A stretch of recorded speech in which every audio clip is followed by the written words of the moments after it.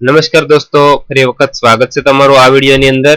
તો આપણે આ વિડીયોની અંદર તાજેતરની અંદર ભારતના વડાપ્રધાન શ્રી નરેન્દ્રભાઈ મોદી દ્વારા છે આયુષ્યમાન ભારત નામની છે યોજનાને લોન્ચ કરવામાં આવી છે।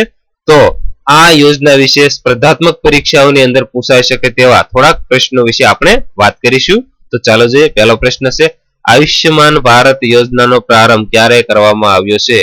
તો આયુષ્યમાન ભારત યોજનાનો પ્રારંભ 14 એપ્રિલ 2018 ના રોજ છે નરેન્દ્રભાઈ મોદીના હસ્તે કરવામાં આવ્યો છે। ત્યાર પછી આપણે જોઈશું કોની યાદમાં આયુષ્યમાન ભારત યોજના શરૂ કરવામાં આવી છે? તો ડોક્ટર ભીમરાવ આંબેડકરની યાદની અંદર છે આયુષ્યમાન ભારત યોજના છે એને શરૂ કરવામાં આવી છે। ત્યાર પછી જોઈશું આયુષ્યમાન ભારત યોજનાનો પ્રારંભ કયા સ્થળેથી કરવામાં આવ્યો છે? તો આયુષ્યમાન ભારત યોજનાનો પ્રારંભ છત્તીસગઢના બીજાપુર જિલ્લાના જાંગલા ગામ ખાતેથી આ આયુષ્યમાન ભારત યોજનાનો છે પ્રારંભ કરવામાં આવ્યો છે। ત્યાર પછી જોઈએ આયુષ્યમાન ભારત યોજનાનો લાભ કેટલા પરિવારોને મળશે? તો આયુષ્યમાન ભારત યોજનાનો લાભ 5 થી 10 કરોડ પરિવારોને મળશે। ત્યાર પછી જોઈશું આયુષ્યમાન ભારત યોજના અંતર્ગત કેટલા રૂપિયાની સ્વાસ્થ્ય સહાય મળશે? તો આયુષ્યમાન ભારત યોજના અંતર્ગત 5 લાખ રૂપિયાની છે સ્વાસ્થ્ય સહાય મળશે। ત્યાર પછી આપણે જોઈશું આયુષ્યમાન ભારત યોજનાનો લાભ પરિવારના કેટલા સભ્યોને મળશે? તો આયુષ્યમાન ભારત યોજનાનો લાભ પરિવારના બધા જ સભ્યોને મળશે જે 16 વર્ષથી મોટા અને 59 વર્ષથી નીચેના હશે તેને આ લાભ છે મળશે। ત્યાર પછી જોઈએ દેશનું પહેલું હેલ્થ એન્ડ વેલનેસ સેન્ટર ક્યાં બન્યું છે? તો દેશનું પહેલું હેલ્થ એન્ડ વેલનેસ સેન્ટર છત્તીસગઢના બીજાપુર જિલ્લાના જાંગલા ગામ ખાતે છે બન્યું છે। ત્યાર પછી જોઈએ આયુષ્યમાન ભારત યોજનાની સાથે સાથે કઈ યોજના પણ શરૂ કરવામાં આવી છે?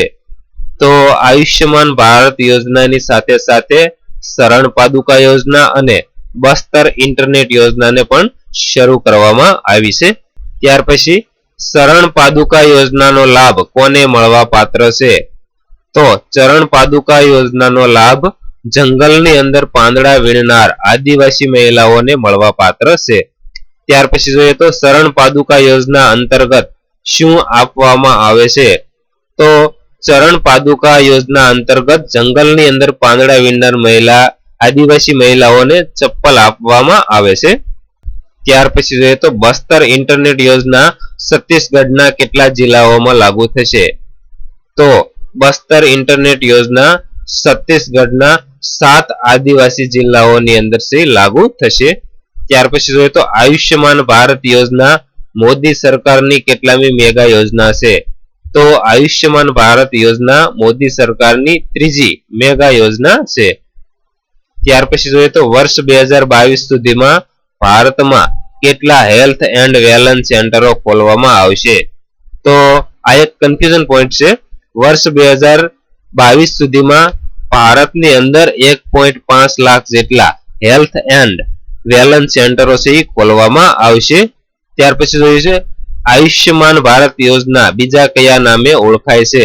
તો આયુષ્યમાન ભારત યોજના બીજા મોદી કેર યોજના તરીકે પણ ઓળખવામાં આવે છે। ત્યાર પછી આપણે જોઈશું વર્ષ 2022 સુધીમાં ગુજરાતમાં કેટલા હેલ્થ એન્ડ વેલનેસ સેન્ટરો છે ખોલવામાં આવશે?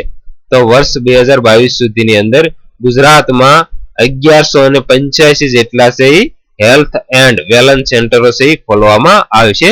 તો વર્ષ 2022 સુધીની અંદર ભારતની અંદર કુલ 1.5 લાખ જેટલા હેલ્થ એન્ડ વેલનેસ સેન્ટરો અને ગુજરાતની અંદર 1185 જેટલા હેલ્થ એન્ડ વેલનેસ સેન્ટરો છે ખોલવામાં આવશે।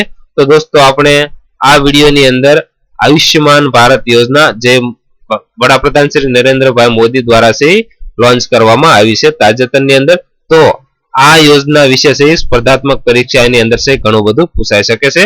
તો આપણે આ વિડીયોની અંદર તેના વિશે માહિતી મેળવી। જો તમને આ વિડીયો પસંદ હોય તો એક લાઈક જરૂર કરજો તથા આ વિડીયોને વધારેમાં વધારે શેર કરવા વિનંતી તથા આવા જ નવા વિડીયો જોવા માટે પ્લીઝ અમારી ચેનલ સબસ્ક્રાઇબ કરી અને સાથેનું બેલ આઇકન જરૂર દબાવજો। ખૂબ ખૂબ આભાર।